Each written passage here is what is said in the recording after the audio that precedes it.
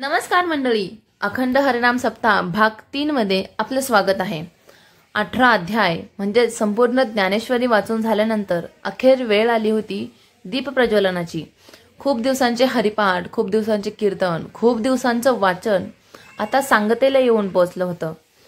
दीप प्रज्वलनाच्या वेळी आपलं ताट, आपला दिवा, आपलं आसन आणि आपले फुलं सोबत घेऊन माझा मामाचा मुलगा शंभू, मी आणि गावातील सर्वच मंडळींनी हा दीप प्रज्वलनाचा उत्साह व्यवस्थितरित्या पार पाडला।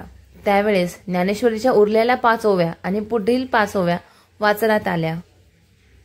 या सोहळ्यामध्ये सर्वांना रेकॉर्ड करता करता माझा कॅमेरा अचानक एका मुलीकडे वळला, जिचं नाव आहे अक्षदा।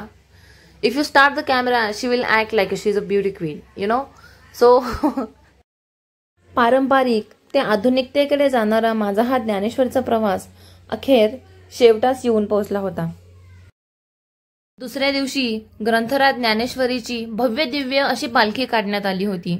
तर त्या पालखीमध्ये वैशाली वहिनी सोबतची फुगडी असो किंवा माझ्या मामासोबत न जमणारी फुगडी असो, फुगडी तर ही कंपल्सरी होणारच। तर मिळून जुळून फुगडी खेळता खेळता अचानक वेळ झाली होती काल्याच्या कीर्तनाची। तर काल्याचे कीर्तन झाल्यानंतर आयोजकांकडून हा अखंड हरिनाम सप्ताह संपन्न झाला असे जाहीर झाले। आणि आता तयारीला लागूया आपल्या लाडक्या बाप्पाच्या आगमनाची। बोला गणपती बाप्पा मोरया।